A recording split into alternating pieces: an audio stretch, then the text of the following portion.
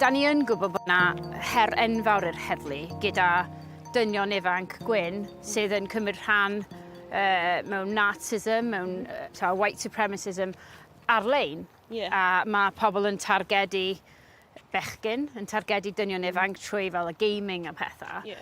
A mae hwnna'n risg sydd yn anodd iawn i reoli, yn dydi? Ydy. Dwi'n gweld yn rili bwysig i ddysgu plant am pethau fel beth sy'n mynd mlaen o'r lain, bod ti'n actually nabod y pobl yma. A falle bod angen mwy o wybodaeth neu mwy o addysg o amgylch rieni yn deall beth yw'r peryglon mas yna.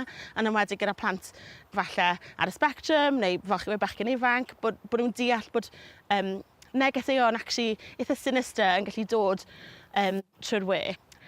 Fel ysgol, dyn ni'n cael hyfforddiant ar gyfer radicalisation. Dyn ni fel staff yn deall sut i weld os oes rhywbeth yn digwydd. Falle bod angen i rieni cael rhywbeth fel yna?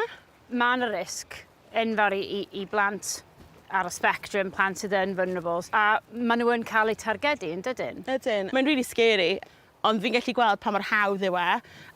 Fi'n eitha clean cut os oes rhywun yn gweud rhywbeth fi'n meddwl sy'n yn gallu bod yn hiliol, neu gallu bod yn gas. Fi'n eitha cyflym i weid, dwi ti ddim yn gweud hynny, wyt ti'n bod yn hiliol.